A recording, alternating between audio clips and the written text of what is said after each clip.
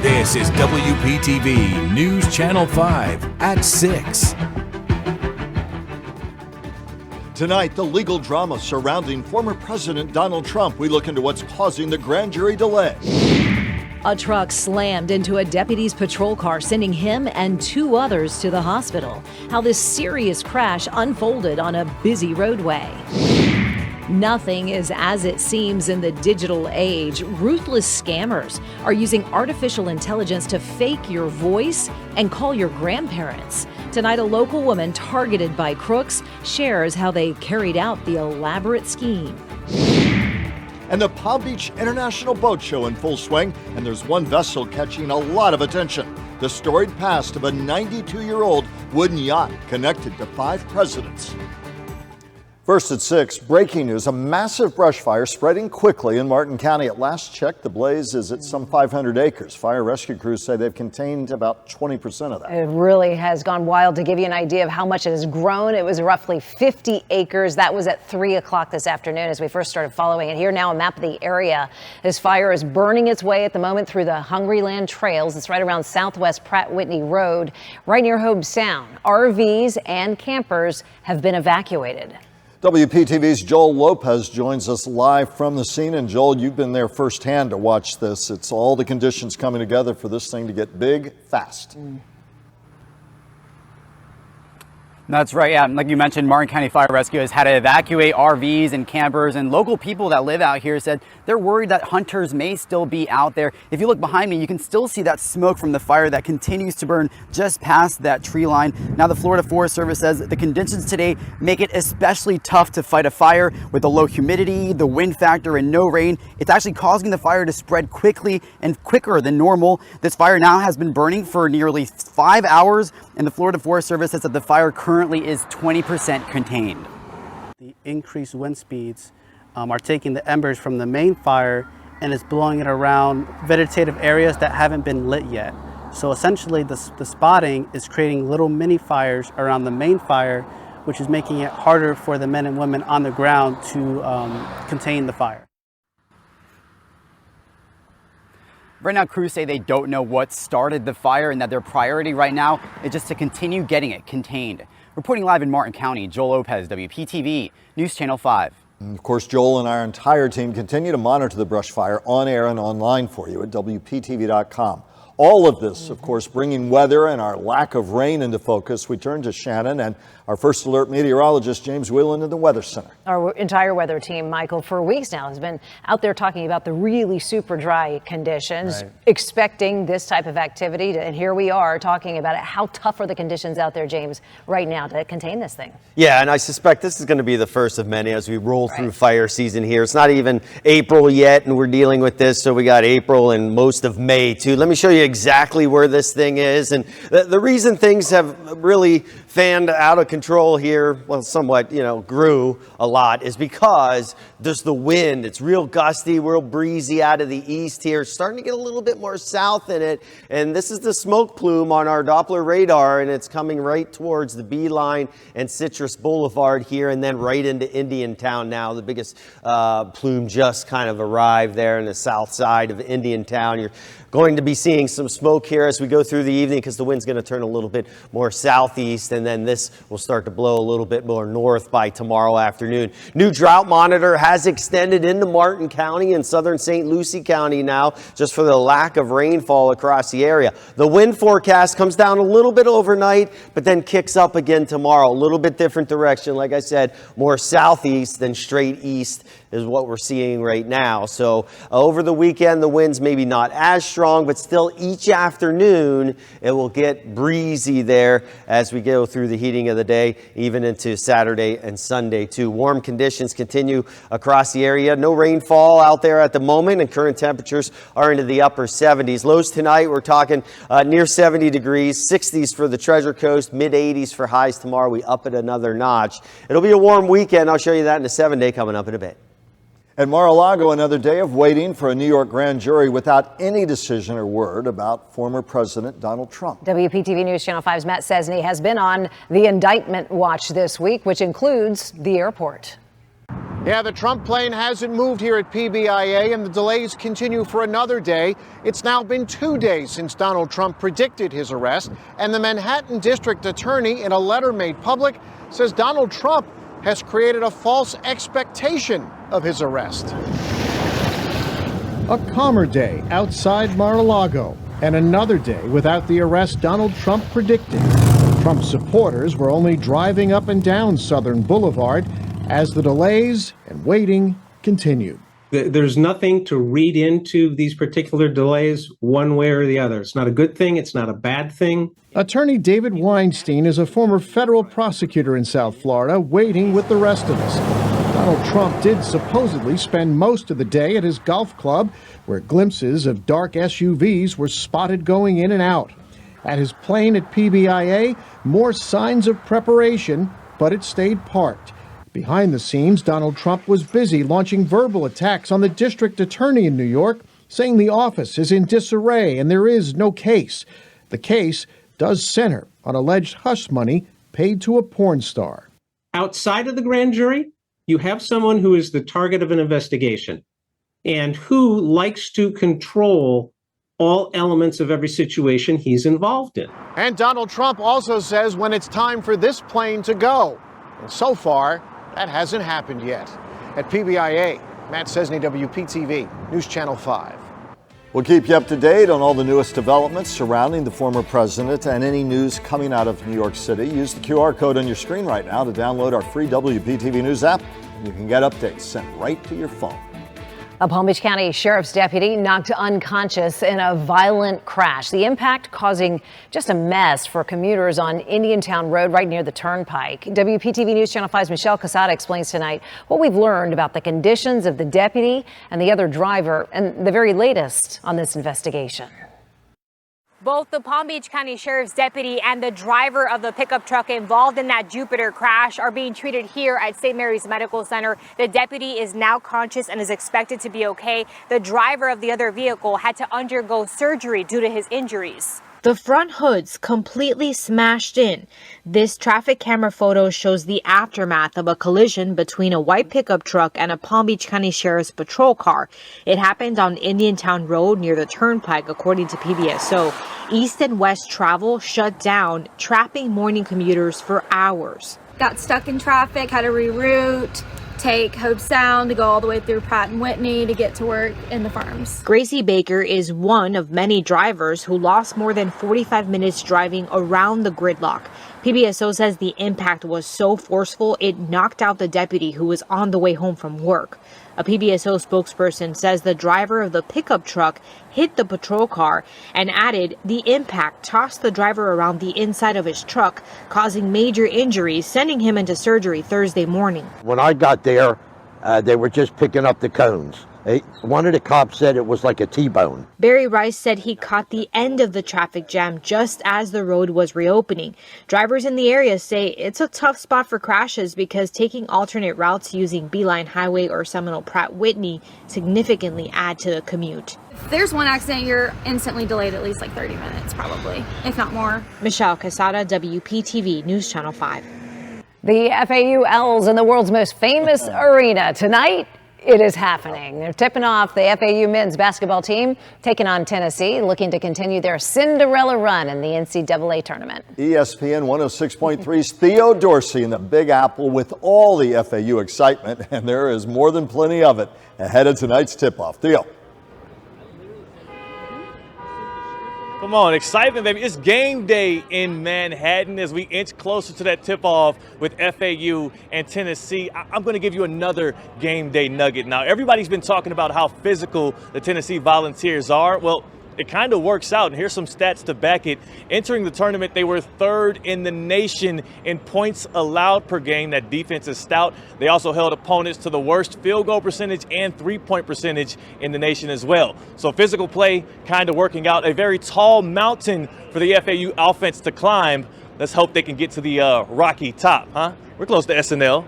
Maybe they'll hire me. No, I'm just kidding. I'm sticking around. Let's talk about the basketball game. How about that? Lock in on the players that'll be on the court. And, of course, a lot of focus will be on that. But it's time for us to celebrate an unsung hero. FAU doesn't get to the Sweet 16 without number 21, Alejandro Relat. The redshirt sophomore doesn't see the court much, but he's the #1 scout team guy for the Owls. At practice, Dusty May has him mimic actually opposing teams' top guards. His relationship with Coach May also goes way back. Relat played at St. Andrews in Boca with Dusty May's son. He followed May to FAU as a walk-on, and his parents, who made the trip to see him in the tournament, couldn't be more proud. He's improving. He's in a top 25 program. And then for us that we have been, since he's 4 years old, going all around tournaments, this is like a dream come true to see him at this stage with Dusty and his brothers, because his teammates are like brothers. Relat did earn a scholarship this year as well. And I mean, his commitment and selflessness is just part of the pie that makes this Owls team so lovable. Again, we're nearing 3 hours about until they tip off against 4-seeded Tennessee. We'll see how FAU can fare tonight at Madison Square Garden. For now, live in New York City, Theo Dorsey for ESPN 106.3. Theo, what I picked up in watching that press conference when they met with the press yesterday, it seems like they're all good guys. They're all good guys.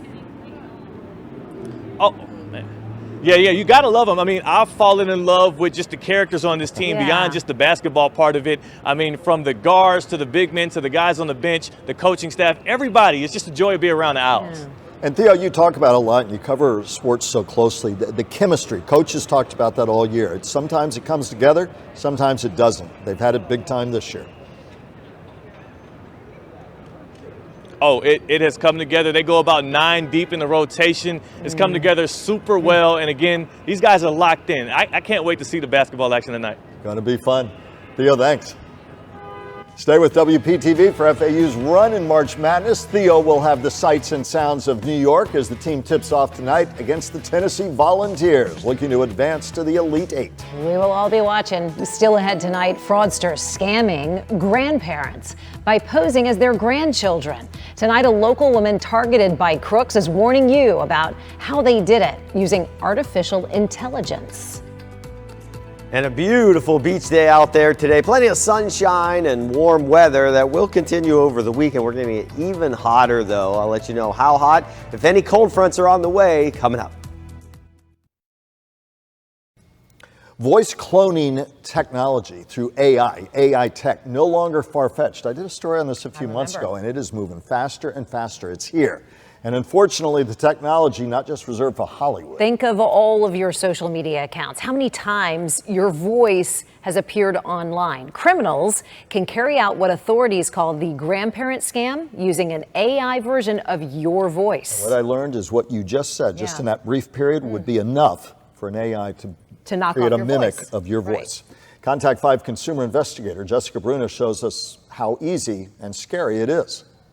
And she swore it sounded like him. It's been 3 months since Contact 5 spoke with Eric Lieberman after his 86-year-old mother in Green Acres got a call she thought was from her grandson in an emergency. She was able to pull out $16,000 out of one of her accounts. They called an Uber, which was supposedly picking up the cash for the bail bondsman. Now, there's a new voice calling. How does this new technology help these people carry out this elaborate scheme? It just takes it to the next level. Voice cloning through AI technology. Now you actually have a real person's voice, which most people don't realize can be faked. It's something cybersecurity expert Alan Crowett says super easy. Is easy to do. So let's look at, why don't we have Kevin Hart, very distinctive voice. The great thing about play.ht is that you can clone your own voice or use existing high quality voices. Wow. That very much sounds like him to me. I could not tell the difference between him and a real. I tried it with my voice too. My name is Jessica Bruno, and I am a reporter. So obviously celebrities, news reporters, our voices are out there, but for the average person, how would these people find their voices? I believe that most people will have voice on the internet. People think it's not possible, but if I simply look at most of your viewers and went to their Facebook page, I can find a video of them speaking. I can check out Instagram or Snapchat. How could people protect themselves? Should they take their voice off of their social media? That's kind of an extreme, Yeah. but what else could they do? So the number one thing to do is what you're doing, is getting the word out there, educating people. You got to be paranoid. Various websites like the one Alan is using only costs a few dollars to use, and you can then clone a voice within a matter of minutes. It's going to become the routine. The first couple times we had the phishing emails and things like that, people were really surprised. And now every day people get phishing emails. Prompting the Federal Trade Commission to put out this warning earlier this week, reminding consumers to be wary of any urgent calls demanding money. My name is Jessica Bruno. Even if you think you know the voice on the other line. A lot of smart people call us and they've been tricked. This happens all the time. I'm Contact 5 consumer investigator Jessica Bruno, WPTV News Channel 5. Wow. The Palm Beach International Boat Show kicking off today. More than $1 billion worth of yachts docked along Flagler Drive. This year, the show offers a trip down memory lane as well. The Honey Fits, the yacht which served 5 U.S. presidents, including famously John F. Kennedy and his family, making its debut. Its current owner, Charles Modica, shared some interesting nuggets about the special vessel. It's 92 years old and ironically 92 feet long. It was the smallest, shortest of 8 presidential yachts, and it's the last presidential yacht in terms of its service. It served 5 presidents. Notably, the Honey Fits name came from President Kennedy, stayed with it through the Johnson and Nixon era. An iconic yacht, an iconic football player, Joe Namath, there with them. Always a pleasure to see. Also on display, an array of super yachts, 200 feet and bigger. According to West Palm Beach Mayor Keith James, more luxury yachts sold at this boat show than any other boat show in the country and anywhere at all except Monaco. Beautiful sight.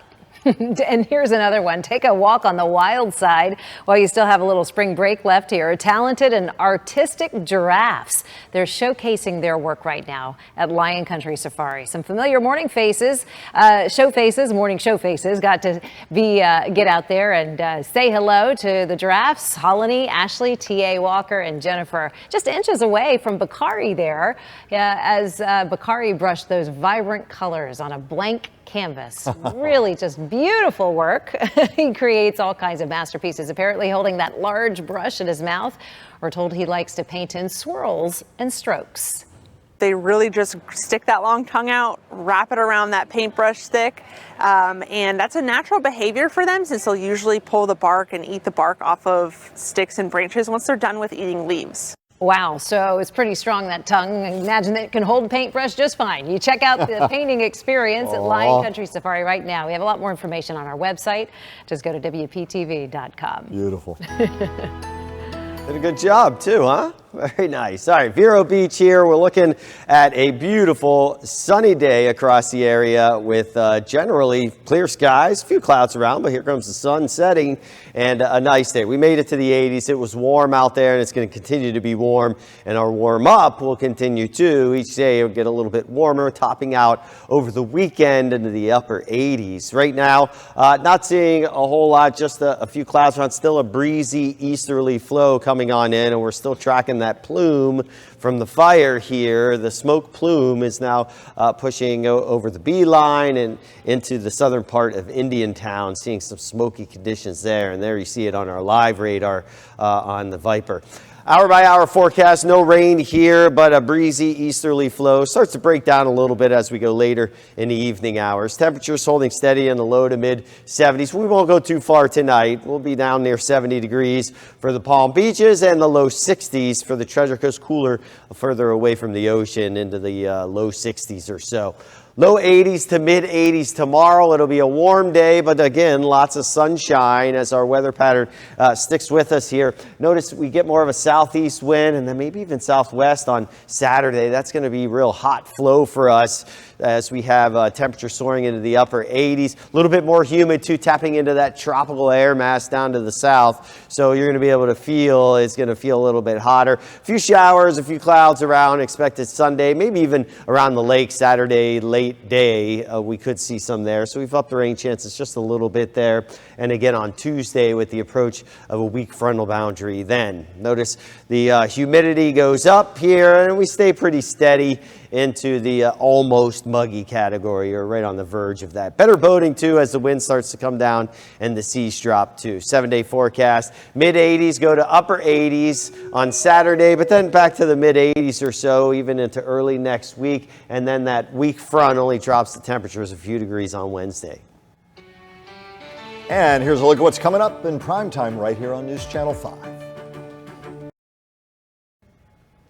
All right, Thursday night, clematis by night. Well, looking beautiful out there. It'll be warm, but a nice breeze blowing right in off the water.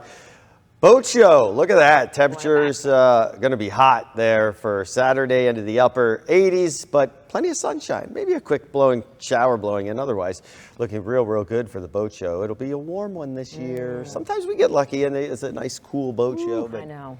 Not this time. Expensive fiberglass. I think I could afford one of the. No, I'm probably going to get the dinghy. Maybe I was going to say the dinghy. Buy an Maybe oar. one of the oars on the paddleboard. Exactly. Thanks so much for joining us tonight.